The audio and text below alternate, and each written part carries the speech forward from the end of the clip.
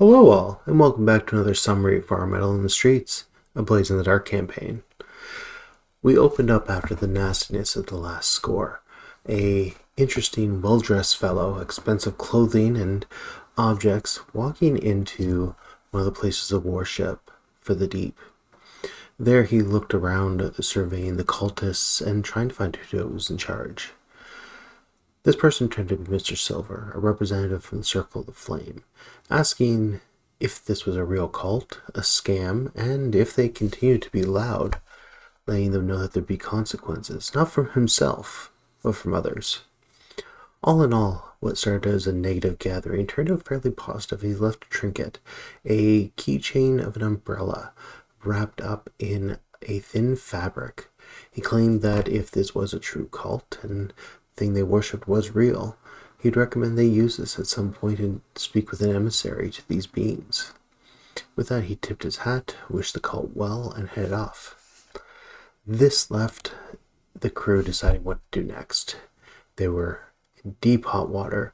They have the Bill Hooks plans almost coming to fruition. They had to do something.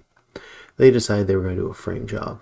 With the funeral to Grimwood coming up and being a big event in Brightstone, the group decided to frame the Bill Hooks for another assassination attempt and the previous one. They located one of the hitmen that is often used by the Bill Hooks, a man named the Butcher.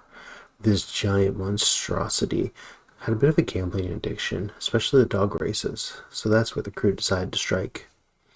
Transing him after some difficulty, they managed to get him to Brightstone. The plan in place, everything was to go well. Sort of. It turned out that the building they were going to use that holds parties and gatherings was in full swing, and there was people there who might recognize him.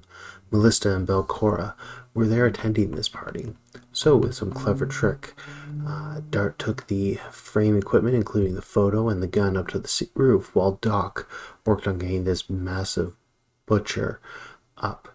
Using some of the fine clothes that they had used before, they disguised the butcher as a waiter, and as Doc is just a delivery person, they did eventually get up to the roof. Meanwhile, Wither encountered Tina at the front doors of the church. Tina knew who Wither was, or at least claimed to, and the cult she worshipped, and attempted to call the authorities over. This worked out for the best, as they needed to get a hold of the inspector. Unfortunately, it was June, not the one they were intending. Wither having to pretend not to be a cultist and outright renounce worshipping such. They managed to keep June's attention there, warning that there was a target, Serafina Vost, believing that her husband, who was killed 5 years ago for speaking out for the poor, had led her to be the next target.